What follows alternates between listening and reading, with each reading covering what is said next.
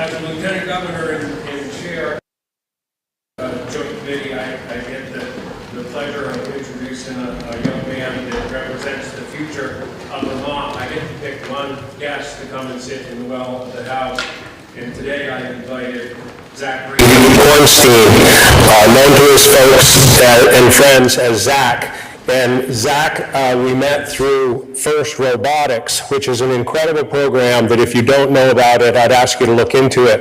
It's offered in a bunch of schools around the state, but not all of them yet.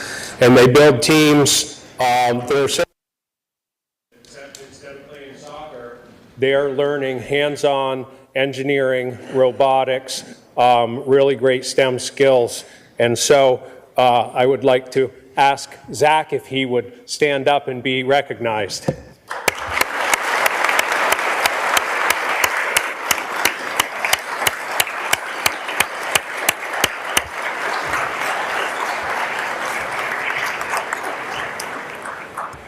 This joint assembly is convened pursuant to the provisions of JRS 30, which the clerk will now read. JRS 30.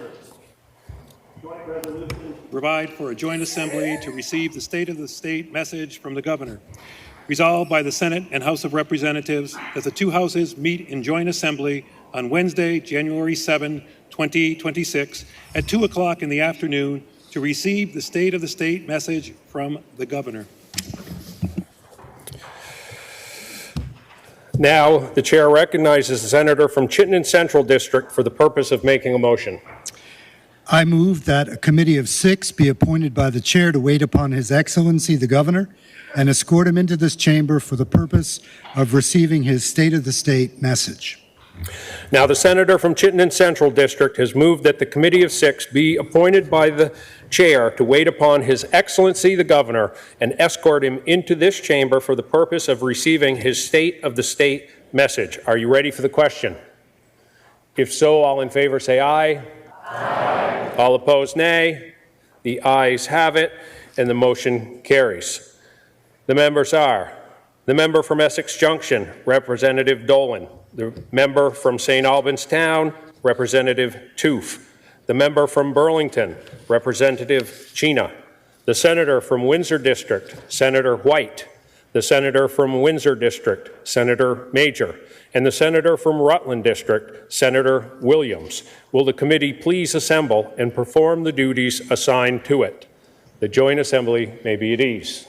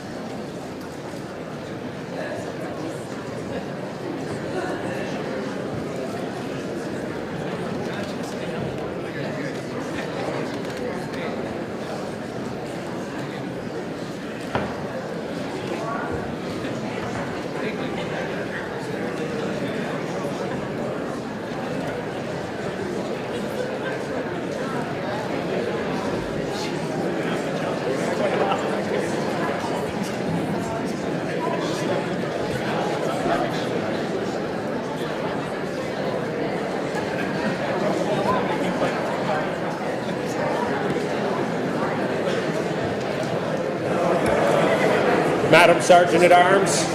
Mr. President, would the members of the General Assembly and guests please rise?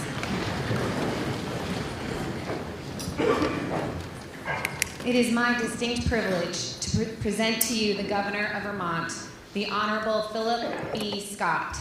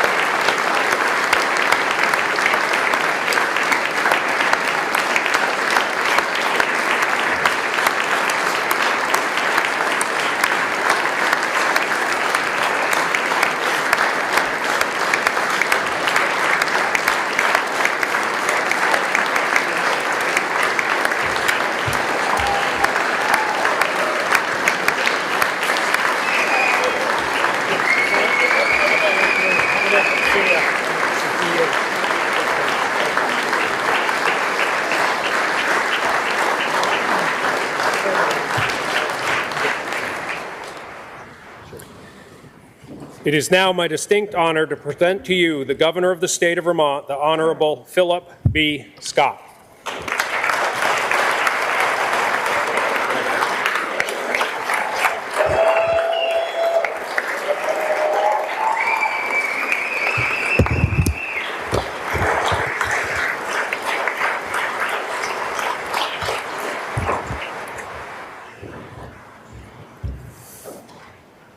Mr. President, Madam Speaker, members of the General Assembly, Mr. Chief Justice, honored guests, my fellow Vermonters. The opening of the second half of the biennium gives governors a chance to report on the state of the state, reflect on what we've done and what we still have to do. For 235 years, those elected have gathered to do the work of democracy. The building, the town, and the season may have all changed, but our purpose has not. We're here to solve problems and help people. Unfortunately, across much of the country, that basic principle has been lost, and with it, faith in government itself. When conflict is chosen over cooperation, division over decency, and outrage over outcomes, people lose trust. They stop believing their voices matter, and too many wonder if their government still works for them. But here's the good news. Vermont can be the example. We can fiercely debate the issues, but do it in a way that's civil and respectful so we get better policy, not better campaign material. This is entirely in our hands. We don't need to be asked to do the right thing. We just need to do it.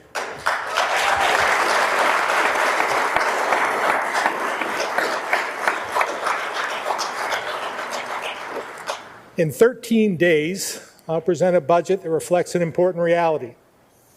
One-time pandemic recovery funds are gone, and federal support is uncertain. While politics in Washington keep fear and anger high, families are dealing with the ever-increasing cost of living and a tax burden that rises faster than their paychecks. So they're looking to us for relief. That means being honest about the hard choices we have to make, focusing on what's within our control and what matters most. This year's spending package has required difficult decisions, but it sets clear priorities, proposes smart investments, and it will be funded without new taxes.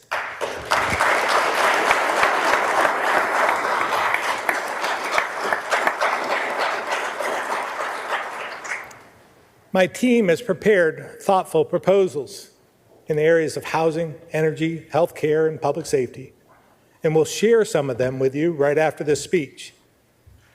These issues are incredibly important to our future, and we'll address each of them with purpose. But today, I want to talk to you about our most critical challenge, education reform. Because this session, we have the opportunity and the obligation to continue this transformation in order to build the best public education system in the nation at a cost taxpayers can afford.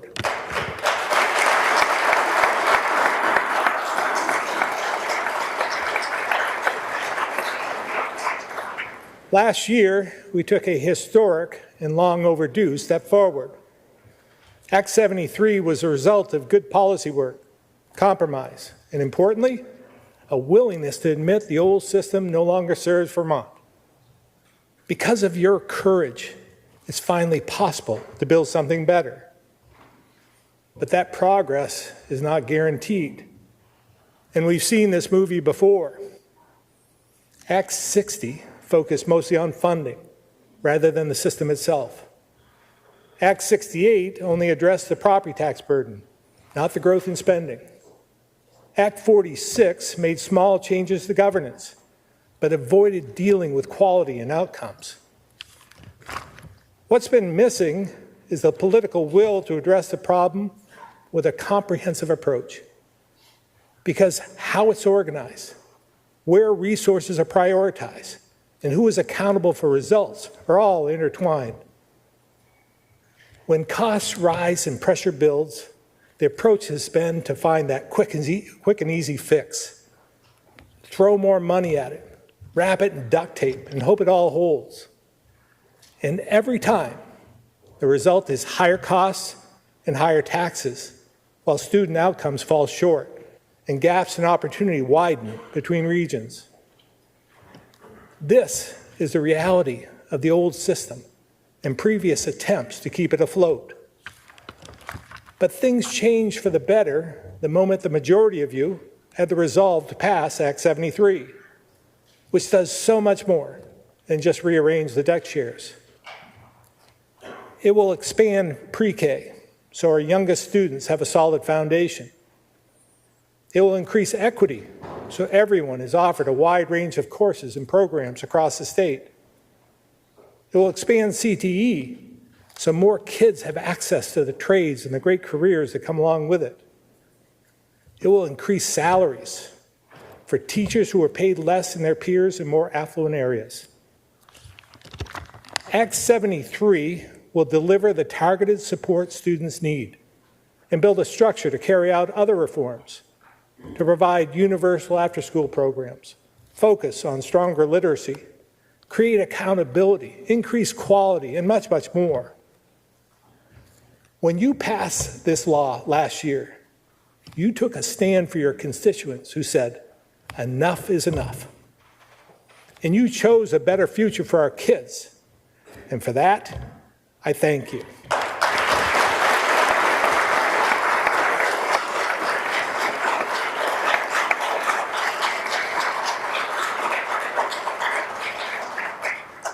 But the real work begins today, because now we have to follow through. Here's what we're up against. Vermonters are set to spend $2.5 billion on pre-K through 12. When I became governor, it was $1.6 billion.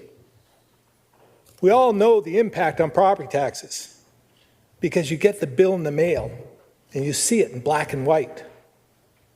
But we don't get a bill for all the other ways we contribute to the Ed Fund. For example, every dollar from the sales tax and lottery goes to the Ed Fund, as well as a portion of both the rooms and meals and purchase and use taxes, which means about $800 million above and beyond property taxes goes to education. Remember those tough budget decisions I mentioned earlier? Here's something to think about. I'm sure some of you would like to provide more support for childcare. Others would like to give more funding to their towns to take care of the roads. And you know me, I'd like to see us lower taxes and build more housing for working Vermonters.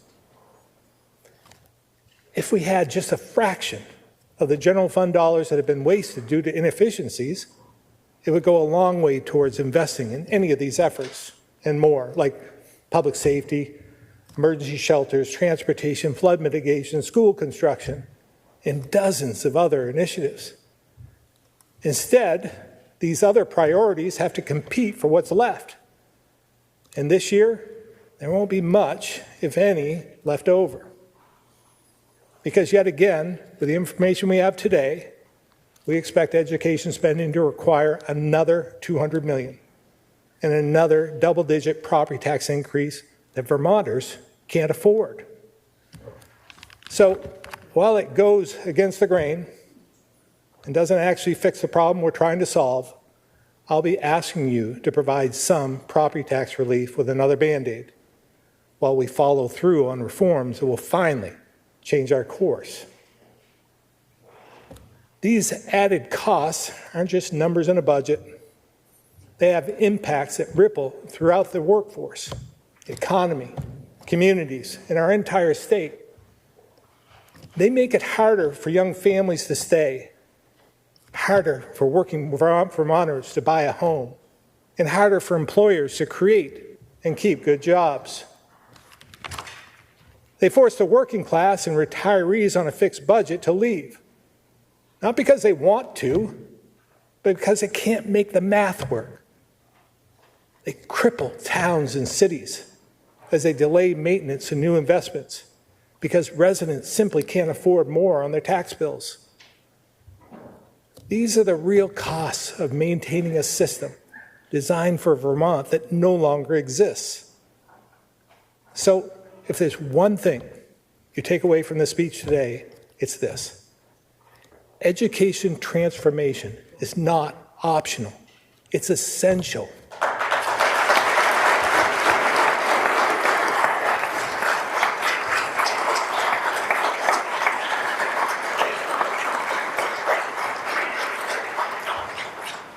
We've already taken a critical step forward.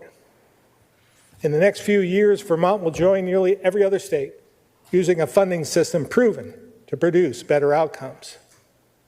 But how we fund education is just part of the problem.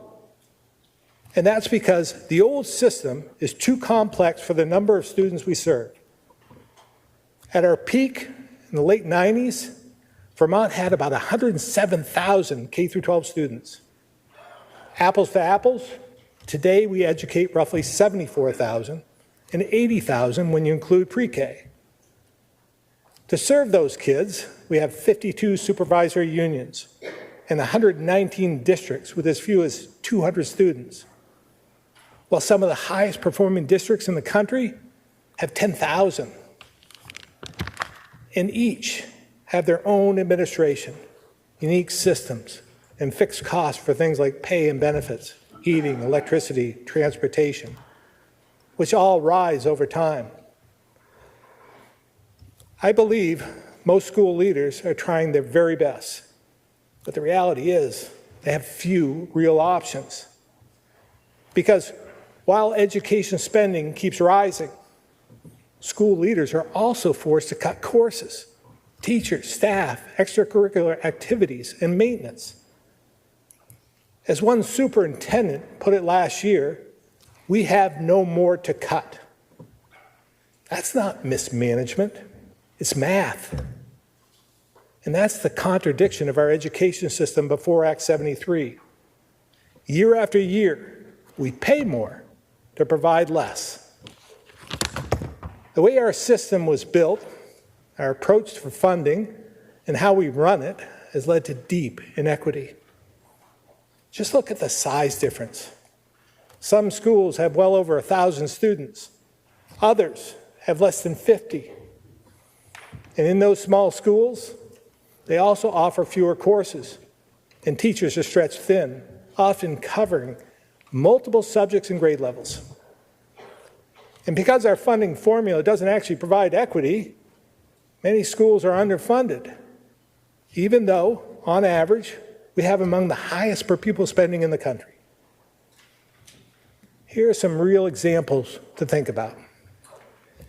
In today's system, a student in one district can choose from 102 courses, and in another, a student has 73. That's a third fewer learning opportunities based only on where they live. We also have two schools in the same county, one with 700 students, one with 100. The larger one offers 17 foreign language courses. The smaller school has just 4. And there are kids from different districts who take the same course at their regional tech center, but don't get the same credit towards graduation. This isn't meaningful local control. It's significant inconsistency, unequal opportunity, and frankly, it's just not fair.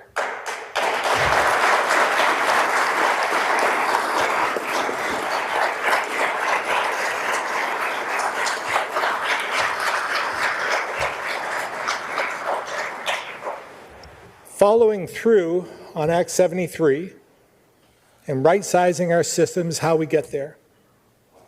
First, we need far fewer districts, each serving far more students. This change will eliminate duplicated effort and expenses for things like busing, human resources, and purchasing, which are currently being done across 52 supervisor unions and 119 districts.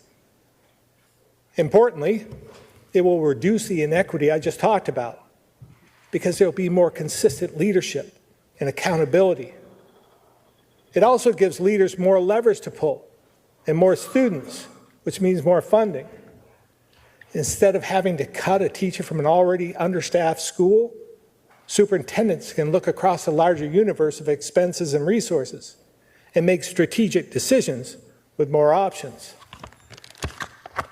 It also means paying attention to national averages and best practices.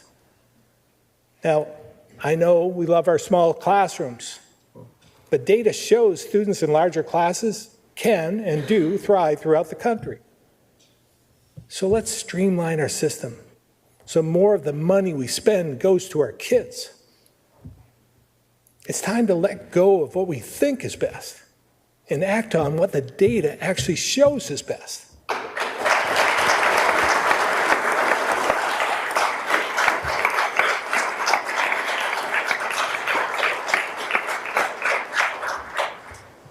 To do this, the legislature must prioritize drawing new district lines, and it should be the first order of business for the committees of jurisdiction. Without this governance change, we won't give kids the better education Act 73 was designed to provide. And from my perspective, the recent failure to produce maps was a political strategy to preserve the old system. Following through is about keeping our word to students, teachers, and taxpayers who all deserve better. So I want to be clear. I will not sign a budget or an education bill or tax bill that deviates from Act 73 or fails to fix what's broken.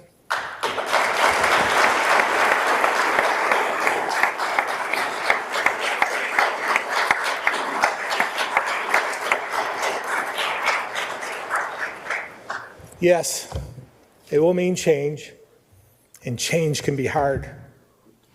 As you know, Act 73 does not call for or mandate school closures. But we have to be honest. The financial and academic quality benchmarks it puts in place will mean merging some schools and repurposing old buildings. Here's the thing. The status quo is already closing schools, but it only happens when a school has faced years of declining opportunities for students. In 2020, when Black River High School closed, it had lost 45% of its student population in just 15 years, going from 167 in 2005 to just 75 in 2020. When Windham voted to close its elementary school in 2024, it had just 15 students. And Rochester was left with 2 students before it closed its high school for good. 2 students. Think about what they missed out on. Prom, study groups, sports, school plays, the things that make high school high school. Yet, even in these situations, there were fierce advocates to keep these schools open.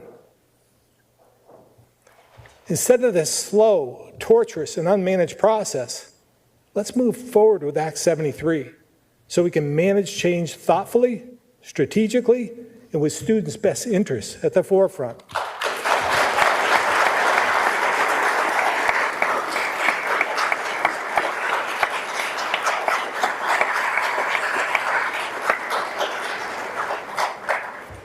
The opportunities are there for us.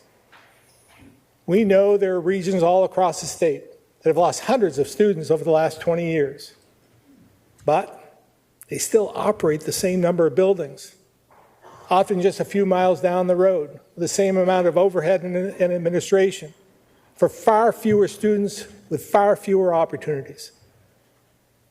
In some places, we see kids from neighboring schools sharing the soccer field, but for some, it would be unthinkable for them to share the science lab. I know these are difficult conversations, but when we're talking about a better future for our kids, everything must be on the table.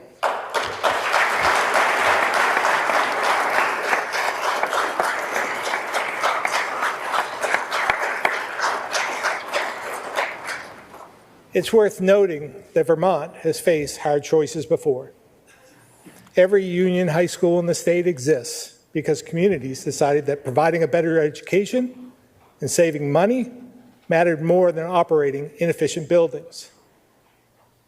We've also merged elementary and middle schools because doing so expanded opportunity for students and saved money. I saw this in my hometown of Barrie. In the mid-90s, we went from 7 smaller schools to one larger one that now serves about 800 students. It was very controversial and really hard for some. It meant adding a bus system, and kids couldn't walk to their neighborhood schools anymore. It took a little time to get used to that reality, but a couple of years later, many wondered why it wasn't done sooner. Today, Lincoln School, where I went to kindergarten through 5th grade, has been completely restored. It is now a senior living facility, and it's still an important part of the community. And all the other buildings have been repurposed. I went to 6th through 8th grade at the beautiful old Spalding Graded School, which was previously the high school. It is now home to the Vermont Historical Society. And sure, I have great memories from going to both. But those memories and my nostalgia shouldn't hold back the next generation. Because as a result of those decisions, students had more academic opportunities, extracurricular options, and social experiences. And teachers benefited from more resources and better tools. That's the promise of Act 73, but we must follow through.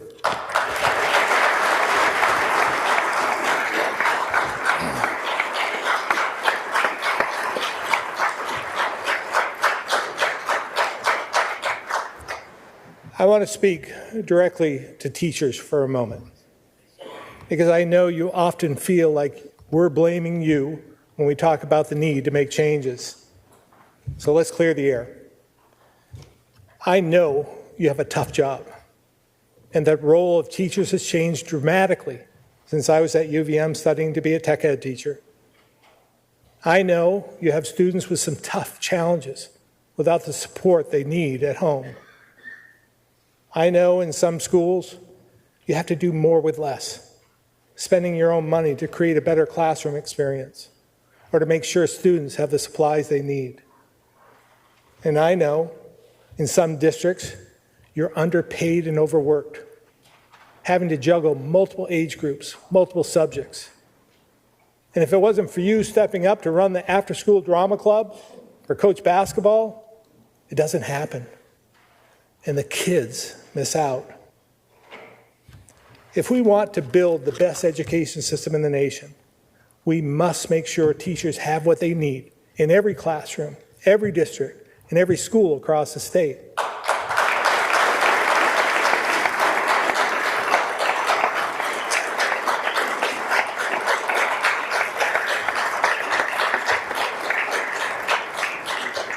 So I want to be very clear. We can no longer ask teachers to go it alone, because we all know, and the data proves, the most important thing we can do for our kids' education is expose them to high-quality, well-resourced teachers who have the tools to grow professionally. And yes, for some of you, higher salaries. Today, there's a $20,000 a year difference in our teachers' average salary from the highest paying to lowest paying supervisory union. But we can close that gap by following through on the district maps required by Act 73. Finally, making sure teachers can choose a school based on the good they can do, not the salary they need to live.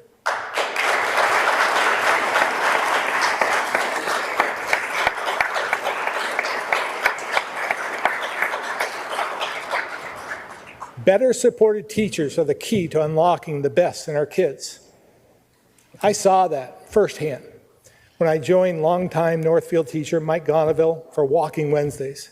He knew every kid by name, and you could see he cared about all of them, and they cared about him.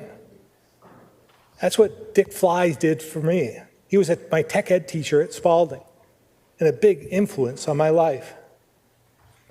If you want to see someone instantly smile, asked them who their favorite teacher was. So I decided to ask my team, and here's what I got. Andrew Convening, American History, Oxbow. Mary Corrigan, English, Northfield. Harvey Dorfman, English, Burton.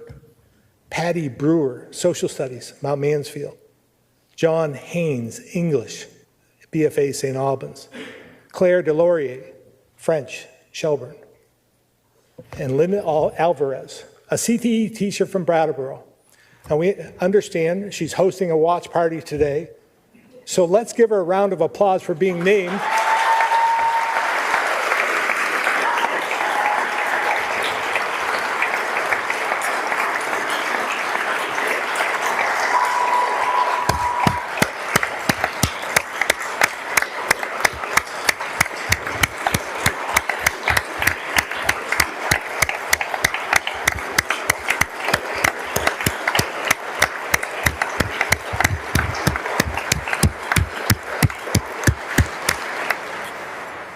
I guess you all knew that she was named Vermont's 2026 Teacher of the Year. CTE has come a long ways in the last decade or two. Act 73 is not an attack on teachers. It's a recognition you're not getting what you need. It's a blueprint to make sure every teacher works in a system that supports you, so you can focus on the job you signed up for, helping students reach their full potential.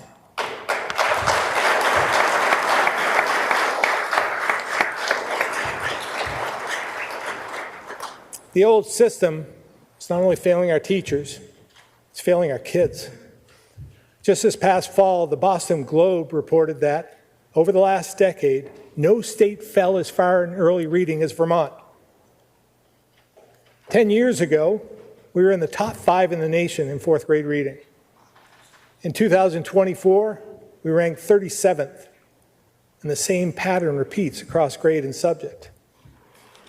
And if that doesn't give you pause, here's another benchmark from Mississippi. It's a rural state like us, but has even bigger challenges with double the child poverty rate. Mississippi spends thousands of dollars less per student than we do. And while they educate 5 times as many kids, they have roughly the same number of districts as us. Now, before you start rolling your eyes and writing this off, you should know, today, their high school graduation rate is higher than Vermont's. And on national assessments, they score similar or better. Less money per student, fewer districts, and equal or better education outcomes, trending in the right direction. Let that sink in for a moment. Mississippi was once at the bottom of the charts. And now, because they were honest about their problem and set clear education priorities and then followed through, they're making real progress. It's being called the Mississippi Miracle. And good for them. We should all applaud them for choosing to change course and putting their kids above everything else. And if you join me and bipartisan leaders in both the House and Senate to push through the noise, fear, and division and finish what we committed to last year, we can do the same.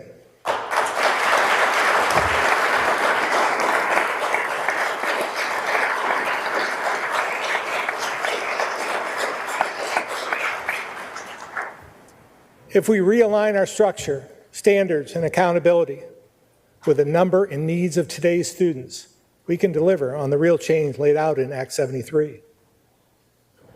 In the new system, every child will have access to the same high-quality education. And with a foundation formula, we'll guarantee students with similar needs get the same funding, no matter where they live. We'll have strong early literacy, a full curriculum with arts, sciences, foreign languages, and career pathways. Whether a kid chooses college, the military, public service, or the trades, they'll all be supported and valued equally.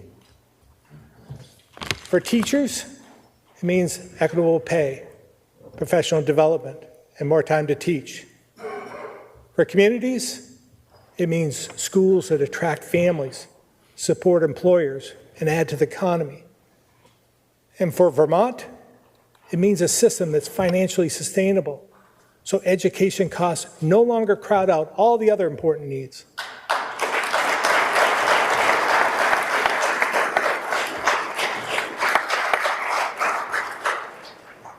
I know the pressure you're under, with calls to delay, to water things down, or stop this transition altogether. But we've been down that road before. And every time we bend to the vocal minority, these problems get worse. We didn't pass Act 73 because it was easy. We did it because solving this problem matters. And what you do next matters even more.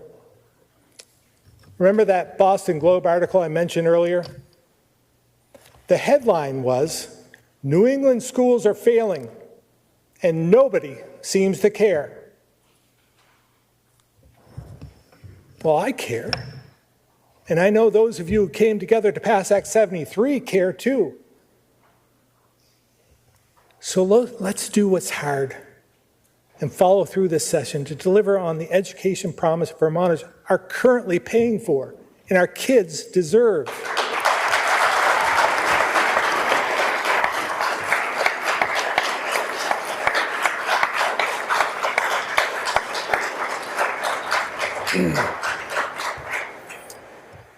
In 1892, Governor Levi Fuller signed the Vicious Act, consolidating over 2,000 local school districts into about 250, one per town. Ironically, the goals all those years ago were the same as they are today. Equal education, increased support for teachers, and better resources for every school. You can tell by its nickname, the criticisms haven't changed much either. If nothing else, we Vermonters certainly are consistent. But they knew then what we know today. A static system will never be perfect.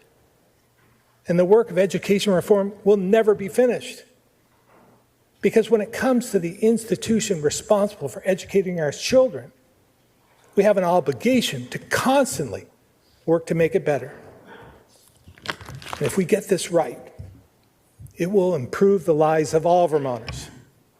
Because as I said earlier, education transformation is not optional, it's essential to growing our economy, to building a strong, skilled workforce, to supporting businesses.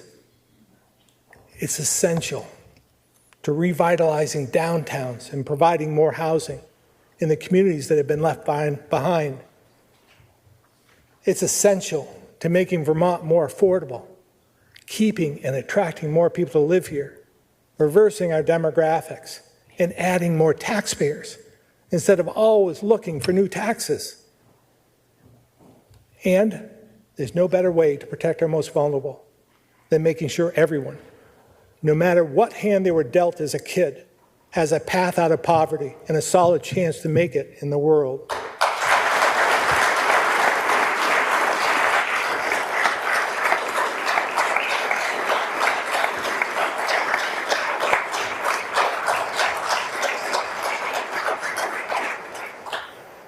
On New Year's Day, just after midnight, the first Vermonter of 2026 was born in Newport at North Country Hospital. If we're lucky, she'll stay here and grow up among the mountains and valleys we love and in communities that still believe in showing up for one another. She won't know the debates we're having today, but she will have to deal with the choices we make or don't make.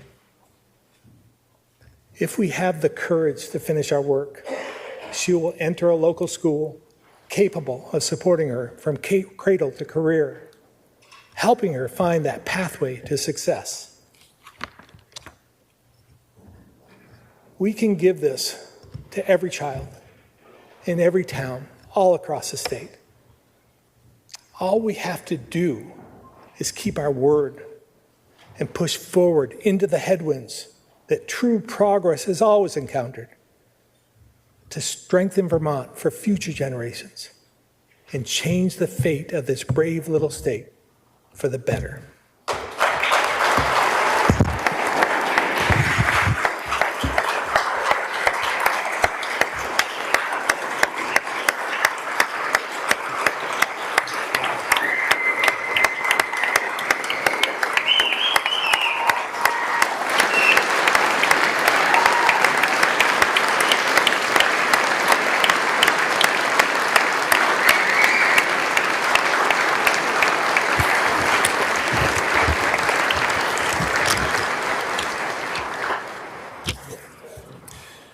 Will the committee please reassemble and escort the governor from the chamber?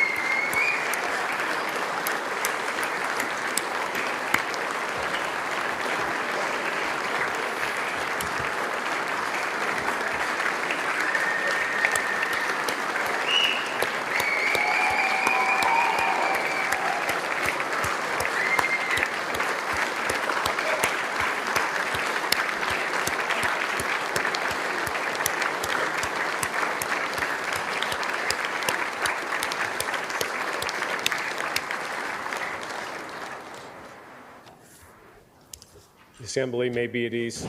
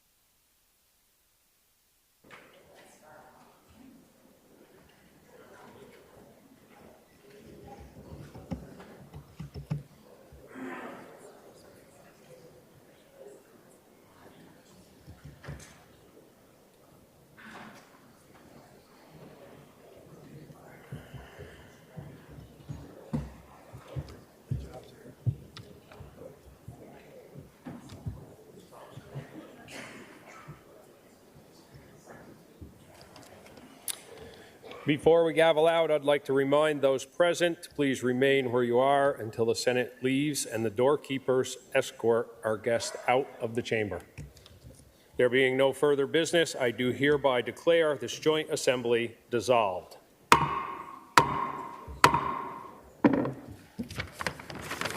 you for having us.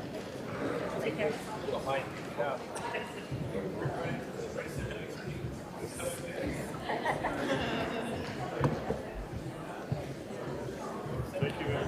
Thank you. Good to see you guys.